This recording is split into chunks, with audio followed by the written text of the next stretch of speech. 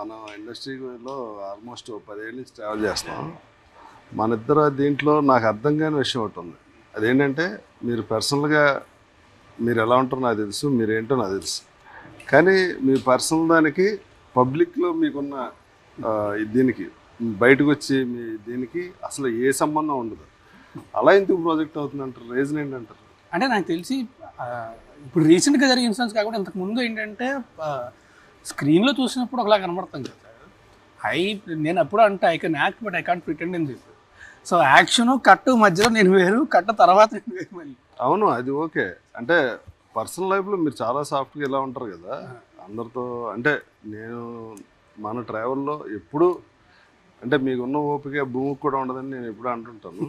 కానీ జనానికి వచ్చేటప్పటికి, మీడియాకి వచ్చేటప్పటికి మీ ప్రొజెక్షన్ టోటల్గా వేరేలా కనిపిస్తూ ఉంటుంది ఎప్పుడు. దానికి రీజన్ మీరేమనుకుంటున్నారు పర్సనల్గా?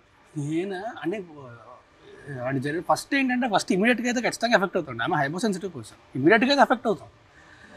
కొన్ని రోజుల తర్వాత అసలు నేను ఇష్యూ గురించి ఇష్యూ అని కాదు, జనరల్గా మామూలుగా అదే అంటే చెప్పా కదా, స్క్రీన్ మీద చూసినప్పుడు ఇలాగా అనుకుంటారు.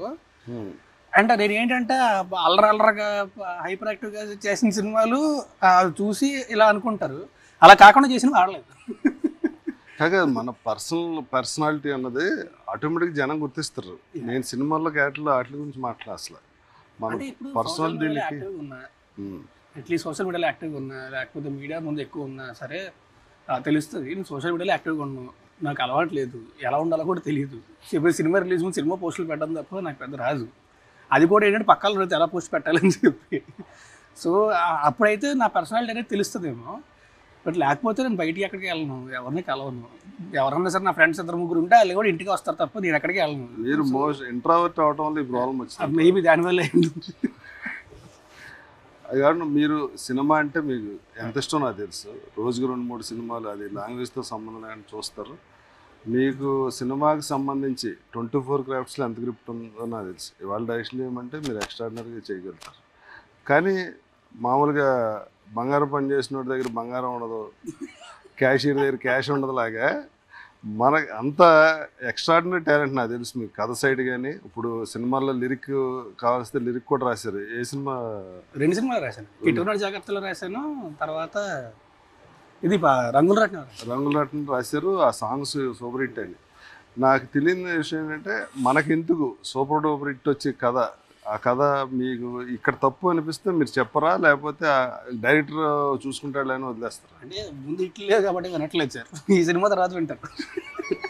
ముందు ఇట్లు కదండి, మనం కొట్టినట్టు కాదు. మీరు చేసిన హ్యాట్రిక్ హిట్ ఇండస్ట్రీకి వచ్చిన ఇమ్మీడియట్గా ఎవరికి రాలా, చాలా పెద్ద హిట్లు కదా. అంటే నేను మిమ్మల్ని ఎందుకు ఇంత పర్టికులర్గా అడుగుతున్నానంటే ఇందులో మీ లోపం ఉందా, దేనివల్ల మీరు? నా లోపం కూడా ఉందండి, నా లోపం కూడా ఖచ్చితంగా ఉంది. ఎందుకంటే నేను ఇంతకుముందు పెట్టినంత ఎఫర్ట్ అంటే యాక్టింగ్ వైపు కాకుండా క్రియేటివ్ వర్క్లో ఇంతకుముందు పెట్టినంత ఎఫర్ట్ నేను కూడా అంత పెట్టలే, because of various reasons. But నేను కూడా అంత పెట్టలేకపోయాను, నాకు ఆ స్పేస్ దొరకలేదు నాకు. సో నేను కూడా అంత పెట్టలేకపోయాను. బట్ ఇప్పుడు అలా లేదు. కాదు, పెట్టలేకపోవడానికి మీరు సినిమా తప్ప ఏం తెలియదుగా మీకు. బయట ప్రపంచంలో ఎవరితో కనెక్షన్ ఉండదు, అసలు ఎవరితోటి మాట్లాడరు. సినిమా రాసుకోవటం చూడటం అంతే కదా. నేను అనేది దాని గురించి అదే అంటున్నా. అంటే మెంటల్ స్పేస్ కూడా ఉండాలి కదా. మైండ్ ఆక్యుపై అయిపోయి ఉంటే అంత ఎక్కువ టైం కూడా స్పెండ్ చేయలేం. ప్రశాంతం కూర్చొని సినిమా చూసుకోవాలనిపిస్తుంది తప్ప, లేదా పుస్తకం చదువుకోవాలనిపిస్తుంది తప్ప కూర్చొని రాయాలి అనేది రాదు. ఇప్పుడు అలా లేదు. ఉన్నావు ఫుల్ ఫ్రెష్, మళ్ళీ బ్యాక్ టు నార్మల్.